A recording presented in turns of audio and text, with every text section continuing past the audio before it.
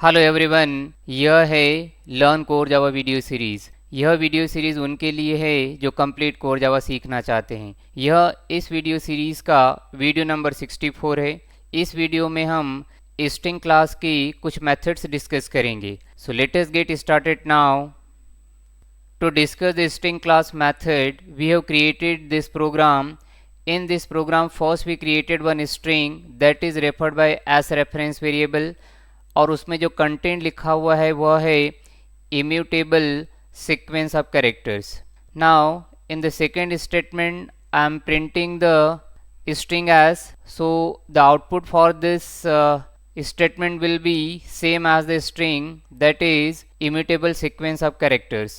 In the next step, I am calling the to uppercase method of string as the method name says to uppercase, यानी यह method जो है string में से content को लेगा और यदि कोई कैरेक्टर जो है वो लोअर केस में है उसको अपर केस में कन्वर्ट करके न्यू स्ट्रिंग क्रिएट करेगा और वह न्यू स्ट्रिंग हमने S1 में स्टोर कर दिया है। So when we print the S1 then the output will be immutable sequence of characters, और यहाँ सभी कैरेक्टर्स अपर केस में दिखाई दे रहे हैं। Next we are calling the to lower case method. यहाँ भी जैसा नाम से ही क्लियर है कि टू लोअर केस मैथड जो है यह स्ट्रिंग एस में से कंटेंट कलेक्ट करेगा और जो कंटेंट कलेक्ट किए हैं यदि उसमें से कोई भी अपर केस में है तो उसको लोअर केस में कन्वर्ट करके नया स्ट्रिंग क्रिएट करेगा जिसको हमने S2 से रेफर करवा लिया है। So when we print the S2 the output will be again immutable sequence of characters, but यहाँ पे सभी कैरेक्टर जो है वह लोअर केस में रहेंगे। Now the next step is we are calling the length method on the string. We have written S dot length. तो जैसा कि नाम से ही क्लियर है, लेंथ मतलब जो स्ट्रिंग यहाँ पे है उस स्ट्रिंग में जितने भी कैरेक्टर्स होंगे उसकी काउंटिंग जो है यह लेंथ मेथड रिटर्न करेगा। Okay, so length means number of characters present in the string. अब यहाँ पे कैरेक्टर्स में सभी कैरेक्टर्स काउंट होंगे, जैसे स्पेस है, कोई स्पेशल सिंबल्स है, कोई अल्फा न्यूमेरिक कैरेक्टर है, सभी काउंट होंगे। तो जब आप इस लेंथ वेरिएबल की वैल्यू प्रिंट करोगे तो आपको नंबर ऑफ कैरेक्टर्स जो कि स्ट्रिंग में प्रेजेंट है वो मिल जाएगा। जैसे हमारे एग्जांपल पे नंबर ऑफ कैरेक्टर्स 33 है, तो 33 हमें आउटपुट में मिल गया। Now the next step we are calling a method that is char at method, and जैसा कि नाम से ही लग रहा है यहाँ पे char at and then index is return. ये 10 जो लिखा है that is index in the string. तो यहाँ पे यदि इंडेक्स नंबर 10 पे कोई कैरेक्टर है तो वह रिटर्न हो जाएगा। जैसे हमारे स्ट्रिंग में हम देखें कि इंडेक्स नंबर 10 पे यहाँ पे यह एस है। यहाँ ध्यान रखना कि इस स्ट्रिंग में जो इंडेक्स है वो 0 से स्टार्ट होता है, तो आई जो है वो 0 इंडेक्स पे है। इस तरीके से ये जो इंडेक्स नंबर 10 पे अपर केस एस आएगा, इसलिए इस कैरेट मेथड ने अपर केस में जो एस है वह रिटर्न किया। देन सी एच जब हम प्रिंट करवाएंगे तो हमें अपर केस में एस जो है वह रिटर्न होके मिल जाएगा। इन केस इस कैरेट मेथड में आप एक ऐसा इंडेक्स स्पेसिफाई करते हो जो इस स्ट्रिंग में प्रेजेंट नहीं है तो यहाँ पे एरर थ्रो होगा।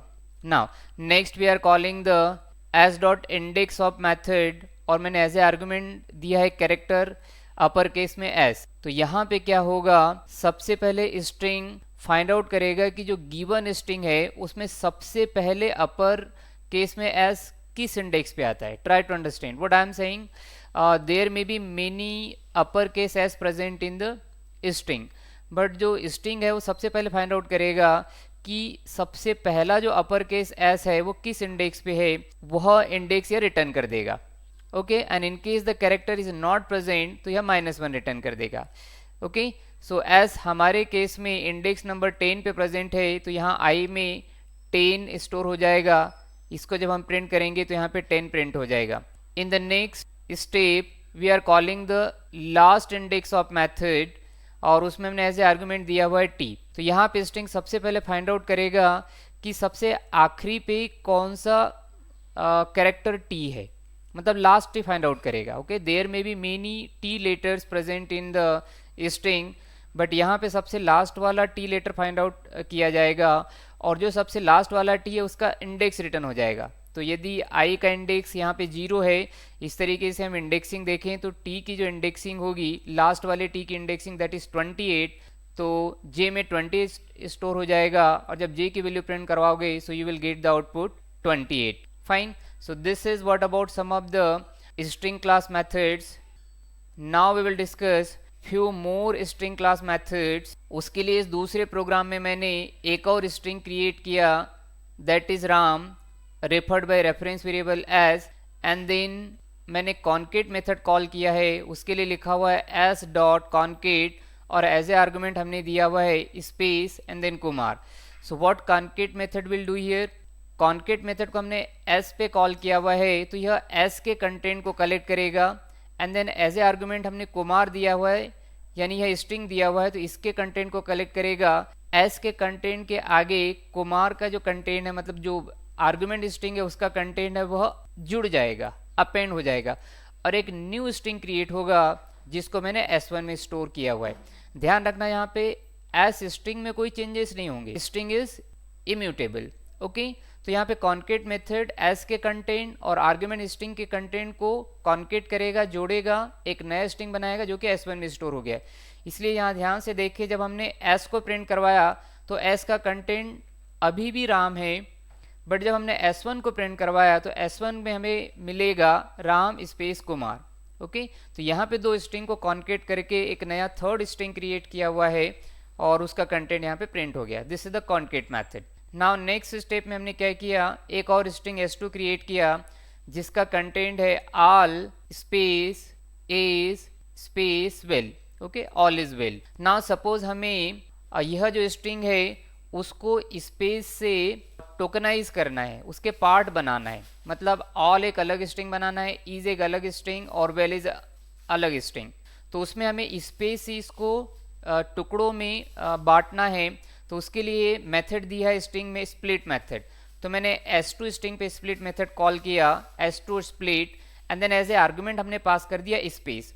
तो स्प्लिट मेथड जहाँ जहाँ इस स्ट्रिंग में स्पेस मिलेंगे वहाँ वहाँ से इसके पार्ट बनाते चले जाएगा और वो सभी पार्ट को अरे में स्टोर कर देगा जिसको हमने AR अरे में स्टोर कर लिया है। नाउ जब इस AR अरे के एलिमेंट को हम प्रिंट करवाएंगे तो हमें मिलेगा ऑल, इज और वेल, मतलब ये तीनों अलग अलग स्ट्रिंग बन गए। अब हमें तीन स्ट्रिंग के पार्ट मिल गए। Okay, now the next we are calling the join method. This is static method, that's why called using the class name string.join। यह जो ज्वाइन मेथड है इसका जो वर्किंग है स्प्लिट मेथड के जस्ट रिवर्स है, यानी स्प्लिट मेथड जो है वो स्ट्रिंग के पार्ट बनाता है, उसको अलग अलग टुकड़ों में बांटता है। ज्वाइन मेथड क्या करेगा, जो अलग अलग स्ट्रिंग है उसको कंबाइन करेगा, कंबाइन यूजिंग डेलीमीटर। यहाँ पे भी पार्टीशन यूजिंग अ डेलीमीटर होता था, स्पेस से पार्टीशन करना। अब यहाँ पे यदि आपको स्पेस से जोड़ना है या किसी और कैरेक्टर से जोड़ना है, पहले वो स्पेसिफाई करोगे। जैसे ज्वाइन मेथड में मैंने सबसे पहले कॉलन लिखा हुआ है, तो हम ये कहना चाह रहे हैं कि आगे जो स्ट्रिंग हमने प्रोवाइड की हुई है उनको कॉलन से कंबाइन करना है। Okay, so this is the delimiter over here. और उसके आगे तीन स्ट्रिंग्स है, पहला है राम, दूसरा शिव, तीसरा हरि। तो ज्वाइन मेथड क्या करेगा, राम, शिव, हरि इन तीनों स्ट्रिंग को कॉलन से कंबाइन कर देगा और उसको फिर S3 वेरिएबल में स्टोर कर देगा। तो S3 को जब हम प्रिंट करवाएंगे तो हमें आउटपुट मिलेगा Ram colon Shiv colon Hari. Okay, so join method ने यहाँ पे मोर देन वन स्ट्रिंग को ज्वाइन करके हम एक सिंगल स्ट्रिंग बना के दिया, that is the result of the join method. Now few more methods of the string class. उन मेथड को डिस्कस करने के लिए again we created one string जिसका कंटेंट मैंने लिखा हुआ है ABCDEFG अपर केस में। ओके, तो जब हम इस स्ट्रिंग को प्रिंट करवाएंगे ऑब्वियसली आउटपुट हो जाएगा as it is ABCDEFG। Then I am calling the substring method S dot substring और यहाँ पे मैंने एज ए आर्गुमेंट पास किया हुआ है 2। तो ये इंडेक्स है एक्चुअली। तो सब स्ट्रिंग मेथड क्या करेगा, इंडेक्स नंबर 2 से स्टार्ट करके आखिरी तक जितने भी कैरेक्टर्स है उनको मिला के एक स्ट्रिंग बनाएगा। तो यहाँ पे देखिए इंडेक्स नंबर 2 पे है C, तो ये C से स्टार्ट करके आखिरी तक यानी G तक के जितने भी कैरेक्टर्स है उनसे एक स्ट्रिंग बनाएगा जिसको यह गिवन वेरिएबल जो कि S1 है हमारे केस में, उसमें स्टोर कर देगा। तो S1 को जब हम प्रिंट करवाएंगे तो हमें मिलेगा CDEFG, मतलब इंडेक्स नंबर 2 से लेके लास्ट तक के कैरेक्टर से बना नया string. Now next again I am calling the substring method, but इस सब स्ट्रिंग मेथड में हमने दो इंटीजर वैल्यू प्रोवाइड किया है, फर्स्ट 2 कॉमा सेकेंड पे 5। तो यहाँ पे हम कह रहे हैं कि अब हमें इस स्ट्रिंग का सब स्ट्रिंग बनाना है, बट उसमें इंडेक्स नंबर 2 से कैरेक्टर्स कलेक्ट होंगे और इंडेक्स नंबर 5 तक के कैरेक्टर्स यहाँ पे इंक्लूड होंगे इस स्ट्रिंग में।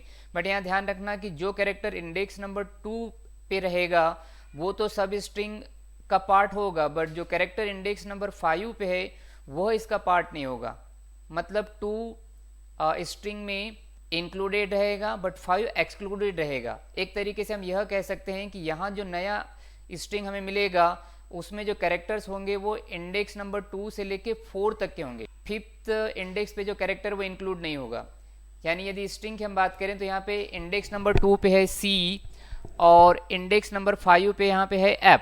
ओके, तो F इंक्लूड नहीं होगा, मतलब आपको कंटेंट जो मिलेगा that is CDE। So that's why when we print the S2 the output will be CDE. Now in the next statement we are calling the equals method as dot equals and then one string is given as a argument. You remember one thing student here, the equals method is object class method. Object class if you remember super class of all the classes. तो यह जो equals method है यह object class जो कि सभी classes की super class है उसकी method है और यहाँ पे string class में इसको override किया है। तो इक्वल्स मेथड जो है एक बूलियन वैल्यू रिटर्न करता है। अब यहाँ पे इक्वल्स मेथड क्या करेगा कि जो कॉलिंग ऑब्जेक्ट है हमारे केस में S और जो आर्गुमेंट ऑब्जेक्ट है हमारे केस में ABCDEFG, इनके कंटेंट को चेक करेगा। यदि दोनों स्ट्रिंग के कंटेंट इक्वल है तो यह ट्रू रिटर्न करेगा, अदरवाइज यह मेथड फॉल्स रिटर्न करेगा। बट यहाँ जो इक्वलिटी चेक है that is case sensitive. Case sensitive से मतलब ये है कि यह इक्वल्स मेथड के लिए A यदि स्मॉल लेटर में लिखा है और दूसरा A कैपिटल लेटर में लिखा हुआ तो दोनों को वो डिफरेंट ट्रीट करेगा, एक जैसा ट्रीट नहीं करेगा। Okay, that's why we call it case sensitive checking. तो यहाँ पे तो हमने S का कंटेंट ABCDEFG दिया है और जो आर्गुमेंट है वो भी ABCDEFG है और दोनों सभी लेटर्स अपर केस में भी है, तो यह मेथड ट्रू रिटर्न करेगा। यानी जब हम B को प्रिंट करवाएंगे तो हमें ट्रू आउटपुट मिलेगा। अब next again I am calling the equals method, but इस समय मैंने आर्गुमेंट में पास किया ABCDEFG जो कि कंटेंट जो है वो लोअर केस में है। तो स्ट्रिंग जो क्रिएट हमने किया उसमें अपर केस में कैरेक्टर्स है, यहाँ पे लोअर केस में। इवन यदि एक भी कैरेक्टर मिसमैच हो गया, एक अपर दूसरा लोअर, तो भी यह मेथड फॉल्स रिटर्न करेगा। तो यहाँ तो सभी के जो केसेस है वो डिफरेंट है, तो यहाँ पे इक्वल्स मेथड जो है फॉल्स रिटर्न करेगा। यानी हम जब B की वैल्यू प्रिंट करवाएंगे तो हमें आउटपुट मिलेगा false. Now one more method I am calling that is equals ignore case. तो मैंने S पे equals ignore case method call किया और इसमें ABCDEFG पास किया। ये जो इक्वल्स इग्नोर केस मेथड है, जैसा नाम से ही क्लियर हो जाता है कि यह भी स्ट्रिंग इक्वलिटी को चेक करेगा। यदि स्ट्रिंग सेम है तो ट्रू रिटर्न करेगा और यदि स्ट्रिंग डिफरेंट है तो फॉल्स रिटर्न करेगा। But one thing is here, what is that, ये जो चेकिंग होगा यह केस सेंसिटिव नहीं होगा। यानी इस इक्वल्स इग्नोर केस मेथड के लिए जो स्मॉल a है और कैपिटल A है वो दोनों सेम होंगे। तो यहाँ पे अभी तो हमने एग्जैक्टली सेम दिया है, दैट्स वाई हमें आउटपुट में मिलेगा ट्रू। बट जब हम यहाँ पे ABCDEFG एज ए आर्गुमेंट जो दे रहे हैं वह लोअर केस में है, तो वह लोअर केस में होने की वजह से अब यह मेथड भी ट्रू ही रिटर्न करेगा, क्योंकि ये केस सेंसिटिव नहीं है, केस इनसेंसिटिव है। तो यहाँ भी हमें ट्रू मिल जाएगा। हाँ, यदि कभी हमने डिफरेंट स्ट्रिंग पास किया तो यह मेथड भी फॉल्स रिटर्न करेगा।